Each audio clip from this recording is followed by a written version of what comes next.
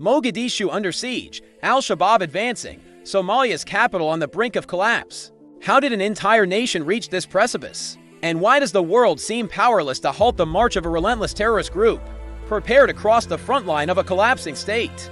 Where the future is bleak and the global threat is real, the group, affiliated with Al-Qaeda, has intensified its attacks, demonstrating a growing capacity for coordination and for inflicting significant casualties on government forces and the civilian population. The silent escalation, how Al-Shabaab besieged Mogadishu. The situation in Somalia has drastically deteriorated in recent years, culminating in an increasingly tight siege of the capital, Mogadishu, by the terrorist organization Al-Shabaab.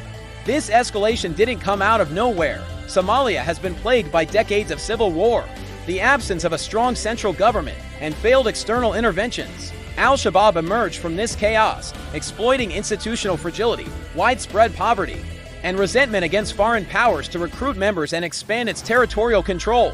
Recently, Al-Shabaab has shown surprising resilience, adapting its tactics and exploiting the vulnerabilities of the Somali government, which heavily relies on support from international forces, such as the African Union Transition Mission in Somalia ATMIS. The gradual withdrawal of these forces, planned for the coming years, raises serious questions about the Somali government's ability to maintain security on its own. The roots of chaos, decades of war and governance failure. This absence of an effective central government created the ideal environment for the emergence of extremist groups like Al-Shabaab. To understand the current siege of Mogadishu, it's crucial to go back in time and analyze the deep roots of Somali instability. Civil War 1991 present. The overthrow of dictator Siad Barre in 1991 plunged Somalia into a power vacuum and a fragmented civil war among rival clans. Failed external interventions. Various attempts at military intervention and nation-building led by foreign powers and international organizations had limited success and, in some cases, exacerbated tensions and local resentment, strengthening Al-Shabaab's anti-Western narratives. Could leave a security vacuum that the developing Somali army, still grappling with training and logistical issues, may not be able to adequately fill. Institutional fragility and corruption. The persistent weakness of Somali government institutions, coupled with endemic corruption, undermines the state's legitimacy and hinders the provision of basic services to the population, fueling support for groups that offer an alternative, however brutal, and offer a form of justice and governance, albeit harsh, in areas where the government is absent or corrupt. This ensures a certain level of local support, making its eradication difficult. Somalia may not receive the necessary attention and resources to prevent a total collapse. Aid fatigue and competition for resources can jeopardize stabilization efforts. Recurring humanitarian crises, severe droughts, famines, and other humanitarian crises have displaced entire populations and exacerbated poverty, making young people more vulnerable to recruitment by armed groups seeking survival. Radicalization and external influence. The influence of global extremist ideologies, combined with the return of Somali fighters from other conflicts, has contributed to the radicalization of local factions and the strengthening of Al-Shabaab as a regional actor in terrorism. Why the world may fail to stop Al-Shabaab's advance, despite international efforts and the presence of peacekeeping forces.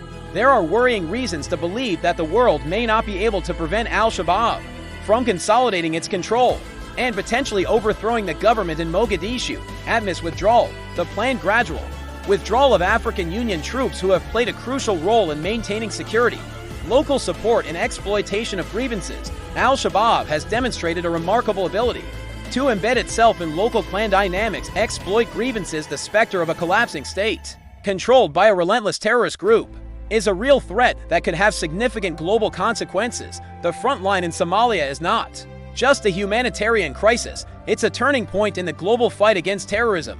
Funding and logistics. The terrorist group maintains a funding network through illegal taxation, smuggling, and support from external actors, allowing it to acquire weapons, recruit fighters, and plan sophisticated attacks. Lack of a coherent and sustained strategy. The international response to the Somali crisis has often been fragmented, with different actors prioritizing their own interests and lacking a unified, long-term strategy for the country's stabilization. Competing global priorities and a global landscape marked by multiple conflicts and crises. Ukraine, Sudan, etc. The consequences of a collapsing state. The global threat. The fall of Mogadishu to Al-Shabaab and the final collapse of the Somali state.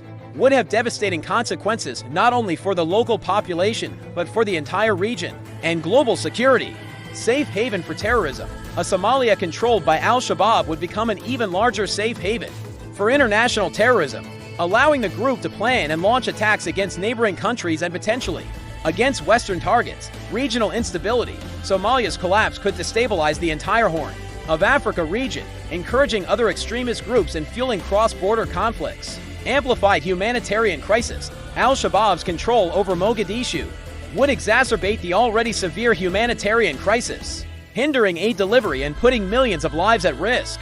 Piracy and maritime security. The absence of a strong central government could lead to a resurgence of piracy off the coast of Somalia, threatening vital commercial shipping lanes. Wave of refugees. A total collapse of the Somali state could generate a new wave of refugees seeking asylum in other countries, creating social and political tensions in neighboring nations and in Europe.